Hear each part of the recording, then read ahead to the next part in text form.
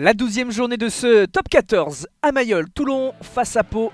Reprise du championnat pour les deux formations après les 15 jours européens. Et Toulon à l'initiative du jeu dans ce début de match. Une pénalité de Serein pour mener 3-0. Et là, le festival sur l'aile de Gaël Dréan pour maintenir l'avancée de son équipe éliminée. Le soutien de Serein. Et le premier essai de ce match, il est signé du troisième ligne, Matteo Le Corvec.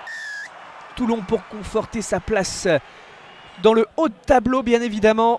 Des Palois pas en reste, qui ont besoin de points dans cette seconde partie de classement. C'est bon, Eric.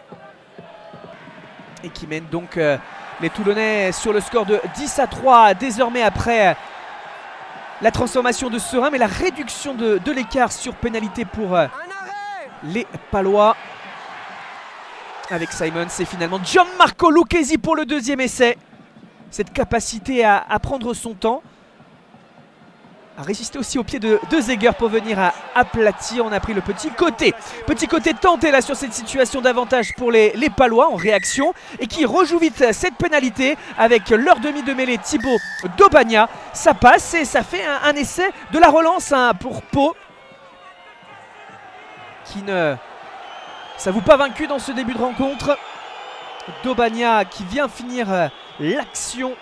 Transformation assurée dans la foulée par Simons. La demi-heure de jeu avec ce décalage.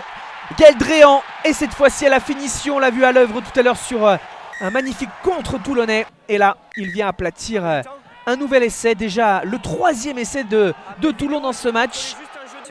Et à la mi-temps, ça fait 24-13 en faveur des Toulonnais. On bascule en ce début de seconde période. Et là, dès lors que les Béarnais arrivent à mettre un peu plus de vitesse, à profiter des espaces, à décaler le jeu sur les ailes, eh bien ils arrivent à finir le coup avec Aymeric Luc, leur ailier, et à totalement relancer le suspense alors que les Toulonnais avaient fait le break au fil de cette première période. Ce début de second acte voit Pau recoller 30-20 désormais. Duel de buteurs aussi très important dans ce match. Et la récupération du ballon avec la passe spatiale aveugle que Serein assure pour trouver dans son dos Gabin Villière. Il le savait, le demi de mêlée, que son ailier était dans son dos. Regardez, sur cet angle on le voit encore mieux.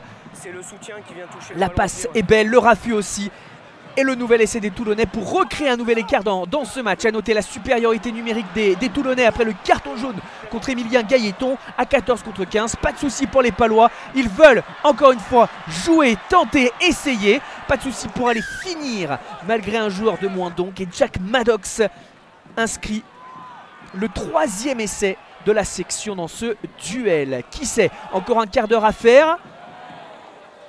Mais là, Toulon en possession du ballon. Petite feinte signée Enzo Hervé, c'est magnifique. Le jeu au pied l'est tout autant. Le rebond profite à Gabin Villière qui récupère ce ballon et vient signer le doublé. Probablement pour sceller le succès des Toulonnais. 42-25. Ce n'est pas transformé, mais Toulon continue son travail pour aller chercher un succès bonifié dans cette affiche quelques jours avant Noël.